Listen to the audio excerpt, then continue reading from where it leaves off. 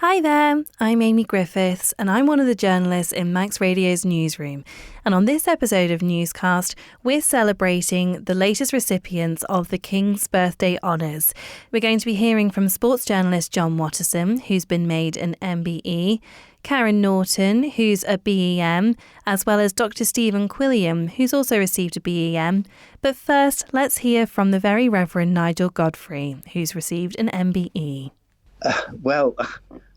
It has to be seen in the context, really, of being a corporate award that can only be given to an individual, it seems to me, because I represent both the church and the community, and it's really about my engagement with the community, and it's the community and the church that have enabled the activities that have been brought about to happen, if you see what I mean. Yeah, and one of those activities was obviously you were instrumental in the rejuvenation of the cathedral, I suppose. What does it mean for you to be, I suppose, recognised for that work there? Is that something that you're particularly proud of, or is there other things that, really stand out to you?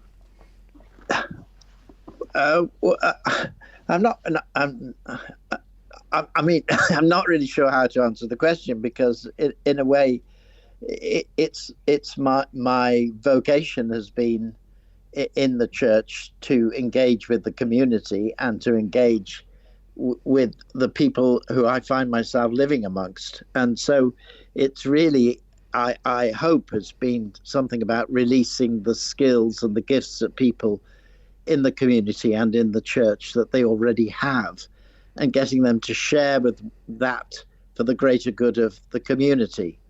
That's how I see it, anyway. So would you say this award goes to everyone? They're not. They can't give it to everyone, because the very nature of the award is that it's given to an individual. But actually, I can only see it really in the context of so many people that have enabled things to happen, be it the work at the cathedral or work in Brixton before I came to the island. Having said that, of course, I am Manx, but having returned to the island, let's put it that way. So it's for me, I see it as an honour for the community and for the church, not for me particularly. Oh, well, that's amazing. I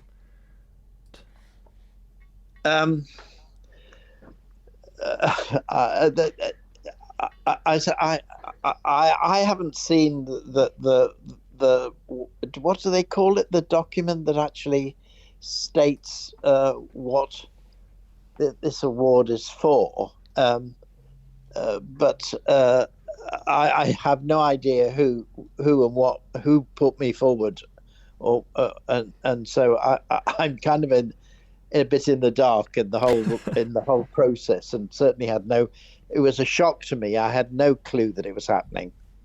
When did you find out? I think it was when the governor asked me was it a week or so ago? I think it was about then, that my name had somehow appeared. I don't know.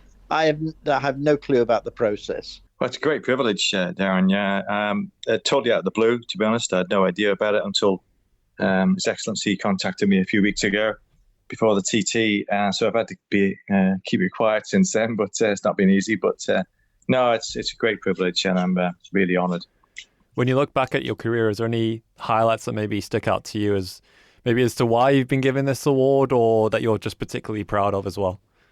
I think, to be fair, the one word you've described my career is longevity. I think the fact that I was involved and still am involved in newspapers for 52 years now. Colossal, really. I always had that sort of goal for 50 years, in the last decade, through the COVID years, and now I thought, it'd be nice to finish at 50 years. And then I've been working part-time, but just last 3 weeks at the TT, I've been working full-time, and it's still great to be involved. I've seen many changes in the industry. From when I started with hot metal and the old industry, and going through all that period, then in the early stages of the new wave of the industry, the new style of newspapers, and then of course the later, the digital age. Really, that's the big change, and in some respect detrimental to newspapers because we aren't as popular as we were. But it's still a great industry to be part of, and that's what I take away from it is the people I've worked with, and the people I've had the privilege to report on over the years. Because I've been very fortunate certainly in the last 30 odd years, is the sport has really taken off globally. But in the Isle of Man, it's an amazing now the success that we have at the international level, which was never there before, and it's great to be a part of that, really. Well, thank you to the people. I know there's been some nice testimonials to me, and people not just involved with sport, but other people locally have said some nice things about me, which I really do appreciate. And I've really enjoyed my years. It's been a lifestyle. Covering sport particularly has been a lifestyle, because it's something that nearly all sport takes place at weekends, and you have to adapt your life to suit, really. And much of the sport that I've covered over the years has been a Sunday afternoon or a Saturday morning or whatever it's been. And but yeah, it's part of your job, it's part of your life, and I've really enjoyed it. And I've also enjoyed the odd occasion I've been able to go to the Commonwealth Games and the Ireland Games, which are superb events, really are. To see the Isle of Man as a team, as an island, competing on the international stage, I've seen some really proud moments there, from Mark Cavendish's first international win in Guernsey in 2003 to the Crow brothers. What they did and what they've done the last 2 years at the TT has been phenomenal, and I'm very proud to have seen them in their very first races on the top step of the podium. So it just covers a wide span of people and ages. Another one is Yasmin Ingham, world event champion, eventing champion. Those people, they make it all worthwhile, because they're nice people too, and it's always great to get to meet them and to interview them, and just feel as if you're a little bit of part of the team, sort of thing. That's the way it's been over the years, and I'm very proud to have been that. Hi, my name's Stephen Quilliam, ringing from Northumberland. Well, I feel very surprised, taken aback, really. And of course, it came at the same time as one of my close school friends getting it as well, John Watterson. Yes, John Watterson. So yeah, Watty. Yes. So did you guys go to school together? Yeah, we went to Clothworkers together. Went to Douglas High School together. We used to go every Friday to see Black Mass playing at the Dougie Head. And he had his Morris car. We used to pile in and go every Friday to the Dougie Head. Yeah. Where were you when you got the news that you were going to be recognised with this award? Well, I was in my house, and it came as a letter quite a few weeks ago, because you get a letter from the Cabinet Office. And I saw this posh-looking envelope with posh paper, and I thought it might have been something unpleasant, but it was actually a very pleasant letter indeed, asking if I would want to be, would you accept an honour? Yeah. So I replied and said yes, and then I was told, don't do anything else, keep quiet about it, and you'll hear from us at some stage. And then I got a nice phone call about a week ago from somebody, a lovely lady from the Cabinet Office, just to confirm everything was going through and it was okay to release information to the press. And did it come as a surprise? Were you expecting it, or had any kind of inkling? No, none. Complete surprise. So remind us what it is exactly that you've been recognised for. I have been a GP in the the ex-coal mining town of Prudder, here in the Tyne Valley on the beautiful River Tyne, since 1986. And it being a relatively deprived area then, it's much better now. I quickly realised there were a lot of health problems that needed sorting out, and we did some various what you might call then what we call groundbreaking changes, such as getting a computer. Would you believe it? That was one of them. Also working together as a team of health professionals, because prior to that, GPs and health visitors and district nurses tended to work on their own, but we formed a team, and we concentrated on some of the health issues of the time, particularly heart disease and diabetes and the likes. Further developed IT. For instance, there was the magic day when all our prescriptions came out in a printed form as opposed to being laboriously handwritten. That was a magic day. And also using the computer to do health screening, such as cancer screening for smears for cervical cancer. We were able to communicate more effectively with our population, and we had very high levels of smear uptake as a consequence. And then as the years went by and we moved to a new premises, we built a new surgery. We worked together with all the colleagues in the area. I'd have to say Tynedale is a similar population size to the Isle of Man.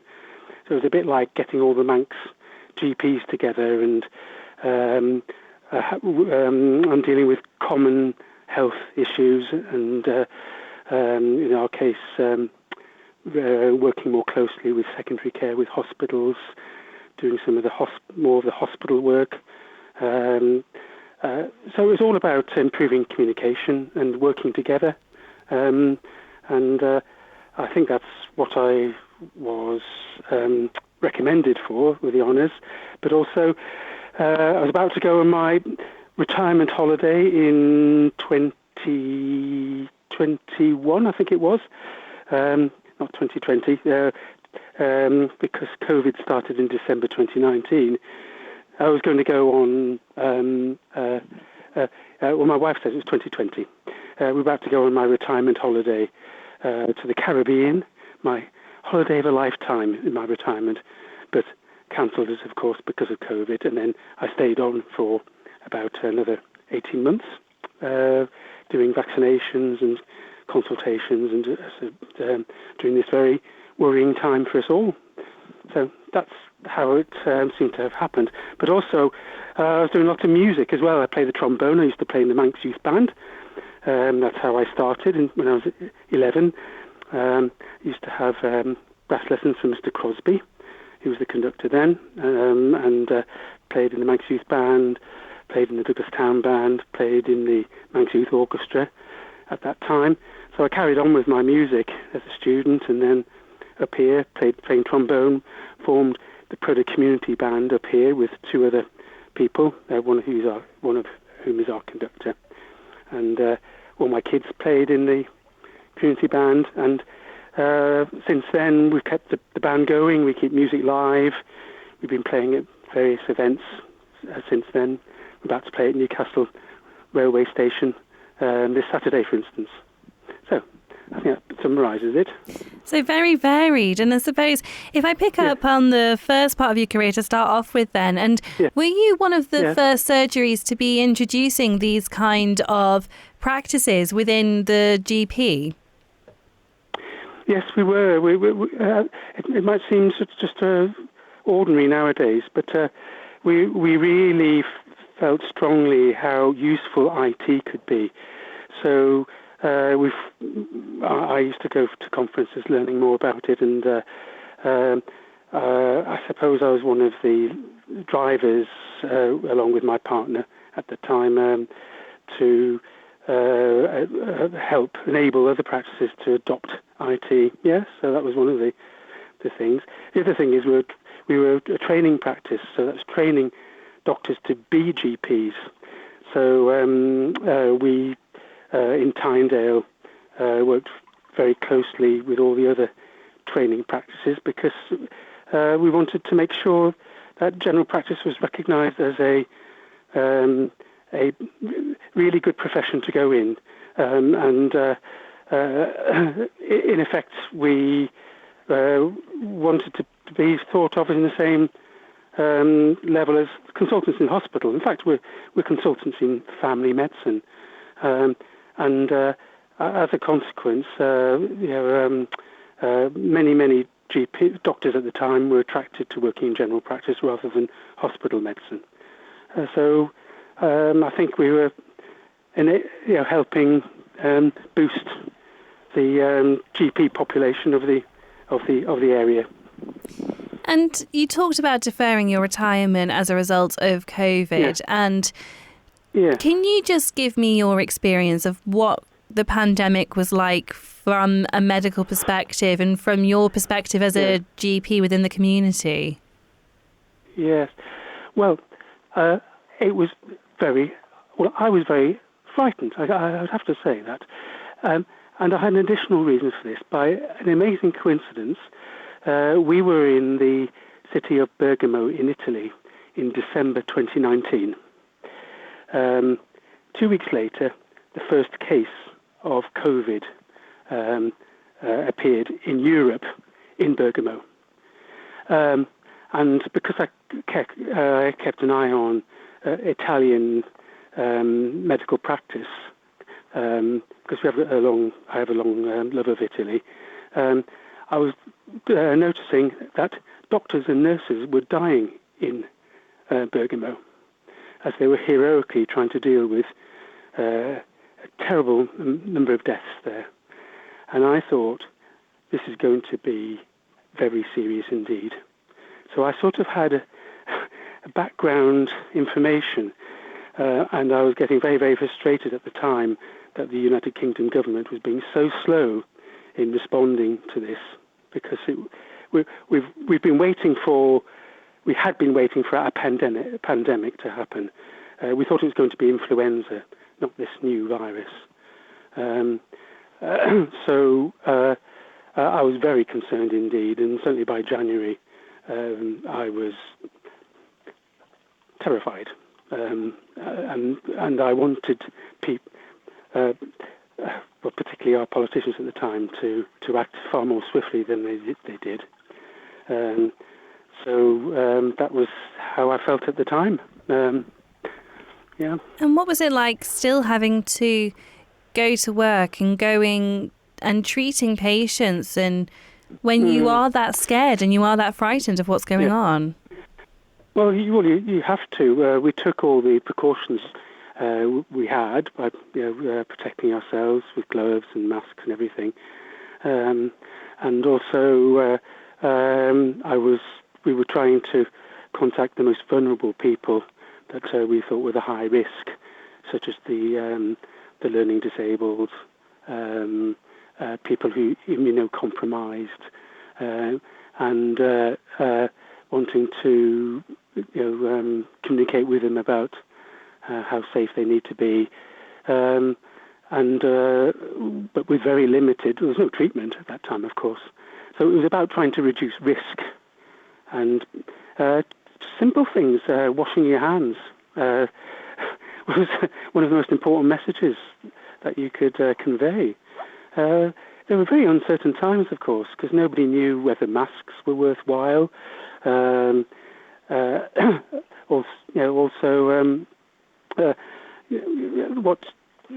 was going to happen to the things like going to school, buses, the police. So it was about bracing ourselves at the time. But of course, it's still seeing people who had other health issues, because that still happened, of course. So we were just very careful, and we would only allow people to come down to the surgery for very good reasons, or so we had to screen who was allowed to come to the surgery without increasing risk to everybody. So is it possible to put into words then what it means to you to get the BEM and to get that recognition? Yeah. Well, I'm just totally flattered, really. I can't say any more than that. I need to thank the people, whoever they are, because of course your nominees are secret. So, but you'll find out. I'll find out by asking directly, I suppose. So it would have been my work colleagues, but also my musical friends as well, who presumably would have nominated me. So it means a great deal, and of course, all this time I've had the support of my lovely wife Jo and my 4 children. And I have to ask, how did you celebrate? How did I celebrate on it? Let's see. I think I probably made myself a nice cup of tea. The true British way to celebrate. Yes, it is, isn't it? I never forget my Manx roots. That's the first thing. And we go over to the island as often as we can. Got my 2 sisters there. Alas, my mum died last year. She lived in Peel, and my dad a few years ago, Leslie, who had the honour of receiving an RBV for his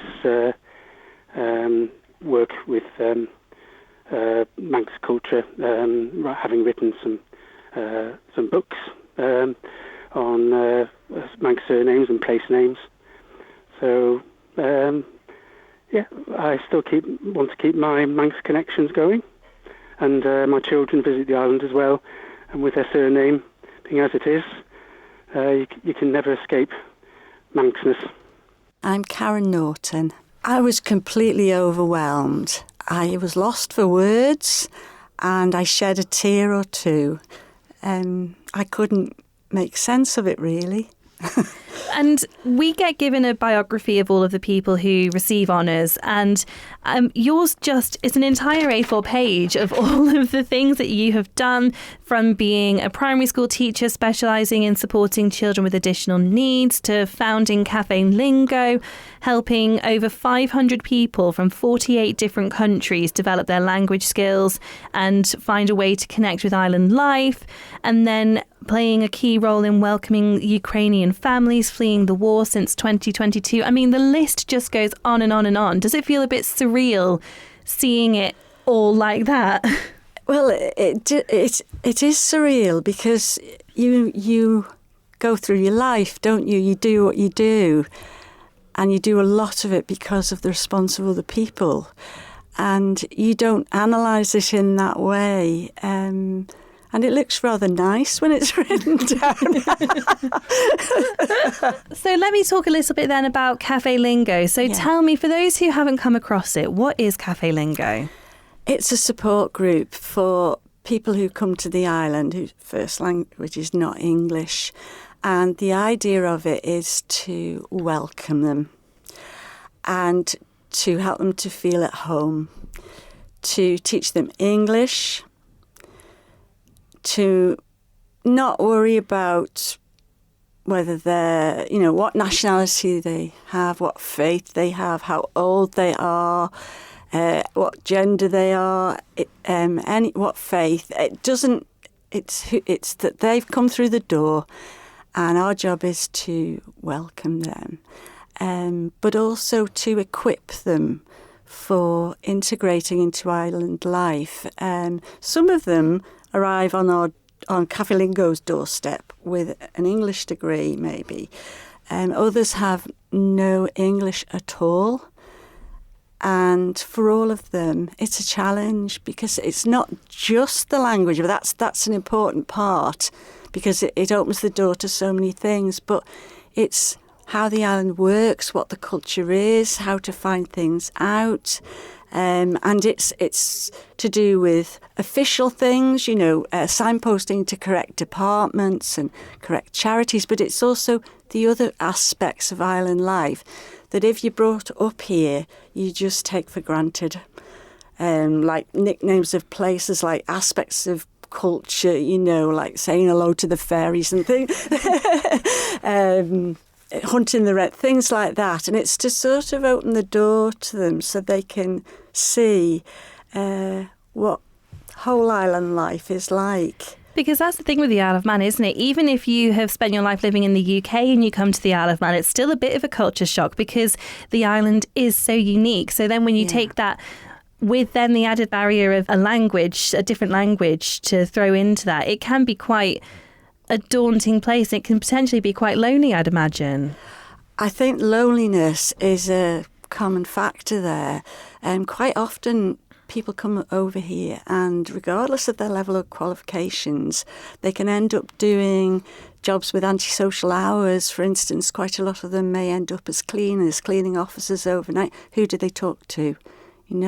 And there is either no one to talk to or there's no one to practice their English with, and no one to socialise. How do they get to meet new people? It can be relatively easy to talk to people of their own language in the street if they happen to see them. But how do they develop relationships with the wider community, with other people? So the social aspect of Cafe Lingua, in my mind, was always 50%. It was 50% teaching English, learning English, and 50% it was a social thing. What gave you the idea to set up Cafe Lingo and what inspired you? Well, I had been a teacher, but we had retired. We retired on the same day and went off to Portugal then the following Monday and had a lovely time. And then we came home when our granddaughter was on the way. Because family matters such a lot to us. And I think it was having been to Portugal as a foreigner and been welcomed there, coming home and seeing little groups of people in the street who only ever seemed to be talking to the same people, whenever you went into Strand Street, and also in shops other than supermarkets, struggling to ask questions, struggling to understand the answers. And also I was hearing stories about people going to the doctors, for instance, middle-aged women or older women having to take male children with them to interpret at the doctors. And I was thinking, this is not good, that it's not good for the dignity of the person either, really. But because I was happy and retired and we were having a great time, I didn't want to get involved, really. But Elaine Christian, who's a JP, member of Trinity Church, she was at a joint meeting with Promenade Church and she said very similar things. And I thought, I've got to do something about this because my professional background has given me certain skills to enable me to do something. So a little bit reluctantly, really, I embarked on it. But Promenade Church, they sponsored me getting trained to teach English as a foreign language because although I had quite a few professional qualifications and experience, I'd never actually done that. And then people from Promenade and Trinity congregations showed a willingness to become involved. So we put posters up all over the island, didn't we? And we got a fantastic group of volunteers, and many of them are still there now. But like I was trying to say there, that Cafe Lingo grew because of the way people responded, because of the way the volunteers responded. They were giving up their Saturday mornings to sit alongside foreign people who they didn't know initially and help them go through language activities and help to explain where Ramsey was or, where the ferry bridge is or something like that. And it was because of them, but it was also because of the response of other people, like the emergency services. The emergency services were great because there had been an incident at Germain Road previously where there'd been a fire and a language problem for communicating. So the fire brigade, they were wonderful, and the police, and that the response from them was so positive and helpful, and it became an annual event to invite them in, and they would give me words to begin with, the keywords they wanted to go over, and then I would pre-teach them so that the students had some idea of the meaning of those words, and then they would talk to the students. Students is a funny word, but we never knew what to call them because it became like a family. And then they had the chance to ask questions or to talk privately with a member of the emergency services to discuss something that was bothering them. So they were fantastic. And other organisations like the Deaf Society, the Art Society, the police force, of course, and just all these different people were coming in when we invited them and contributing. And I don't know, it just kept on growing. When it came to Ukraine, it was all a new situation over here, I think. As far as I was concerned, it was. And we thought, well, Cafe Lingo actually is an organisation already set up with a lovely group of volunteers, and we're already used to people who don't speak English or don't speak it very well, and maybe we can be useful in that situation. But how do we get involved? So I contacted the Cabinet Office, and they were very positive in the way they responded. And we developed what I consider a very close relationship with the Ukraine support team, who were amazing. And if I came across some sort of problem or issue that I didn't quite know what to do about, I would contact them and they would feed back to me. Or if I thought I knew something that perhaps they needed to know, I would feed it to them. So that's how that developed. And also the One World Centre, they were fantastic. They helped support our response to it. So when the first largest group of Ukrainians came over, with the One World Centre, we organised a lesson and brunch. It was an orientation lesson because some of them actually didn't know that they were in the Isle of Man, and others didn't know where the Isle of Man was, and others had heard of it but didn't know anything about it. So we had an orientation lesson and a brunch, which was provided by the One World Centre, and it was a welcome. And people still talk about it. And, it was their impression of the Isle of Man was this community and being welcomed and being fed, and it evolved. And the other thing I remember from that time really was that Tim was watching the television. There was a programme about the Rucksack Project where the author of Bob the Builder had written the Rucksack book, which became dual language, English and Ukrainian, and it was to tell the story of children who'd had to flee from Ukraine. And I won't spoil the message of it, but it ended up with hope. And because of Tim watching this, we decided we need to give every Ukrainian child refugee a copy of this book. And because of this, the charity Children in War UK got in touch with us, and it ended up with a Zoom within Zoom session one Sunday afternoon, didn't it, where there was a psychiatrist who could speak Ukrainian and psychologists coming in on Zoom to support carers and refugees. And at the same time, the children were being read the story by the author over Zoom upstairs, translated or interpreted by Luba and Oksana, both of whom were Ukrainians. Luba was actually a refugee as well. And they both had very good English. So they were interpreting it. And then the illustrator came in within the Zoom.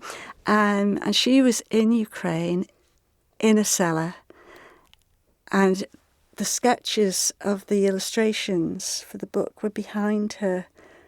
And it was such an opportunity for emotional outpouring for the children, really. It was a real support for them. She brought her dog, and this golden Labrador was there. And they all, I don't know, somehow it was like therapy, really. And I remember that, oh dear, making Tim cry, because it was very moving because so many were traumatised, you know. But because of our circumstances, we were only keeping going for as long as we felt the Ukrainians needed it, because for health reasons we needed to stop. So last year we actually retired from Cafe Lingo, and we were so lucky to find 2 people to take it on. That was Sharon Jones and Sylvie Gale Wilkes, who are now running it. And we have contact, like if any information's needed. And also I'm the safeguarding officer still, so I'm there doing that. But basically now we've handed it over, but I believe all the volunteers are still there, and they're getting new volunteers and new people. So it's just going from strength to strength. But what an amazing legacy to have, to know that you have directly impacted the experience of all people of another language coming to the Isle of Man, but particularly those who have been through horrendous times and fleeing from the war in their home country, and you've actually helped make them be able to feel like they can have a new home here while they need it. I mean, that's an incredible feat. Well, it was a sense of family, really, that Cafe Lingo became like a family, and people were supporting each other. It didn't require me there all the time to orchestrate that, and they just bonded. But the surprise that came to me was that as a teacher, you sort of expect to be giving out a lot, and you don't expect to necessarily be getting back. But it was the wonderful relationships were built we met so many lovely people. So it wasn't just a one-way process, that hopefully they were benefiting. They were benefiting from Cafe Lingo, and not just us, but from all the volunteers and from the atmosphere. We kept on being told about the atmosphere there, and from each other. It was a place to support each other. Yeah, but we got a lot from it as well, didn't we? Yeah. So when it comes to the BEM then, what message do you think that sends to recognise you for the work that you've been doing with those, like with that part of the community? I think it gives a message that people coming to the island are welcome, and we should actively welcome them and encourage them, because it's not only that we give them something, they give us something back, either through their talents or just the people that they are and the joy that they can bring, and they're part of our community now, and we want that to be a strong and caring community that's tolerant. And I think that's all I can say, really. And I have to ask everybody this: how did you celebrate when you found out? What did we do? I think we spent the rest of the day being completely baffled.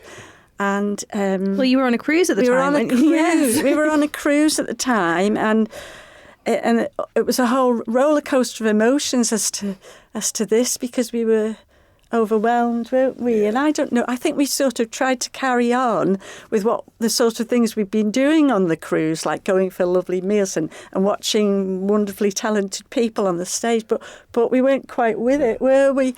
And the difficult part of it was that we weren't allowed to tell anyone, not even our children, even though the message received, which wasn't a clear message at all. It was just that I had to phone Government House, but and it was something to do with Andy and a nomination, my nephew Andy, but we couldn't actually talk to them about it, and that was so hard, not being able to share with them. And they obviously knew something was going on, but we couldn't answer any questions. So when the press release went live at 10:30 on Friday night, did you get an angry call from your kids going, what's this about? Why didn't we know about this? Well, no, because our daughter, who amazingly works at Rebecca House, she was on a night shift.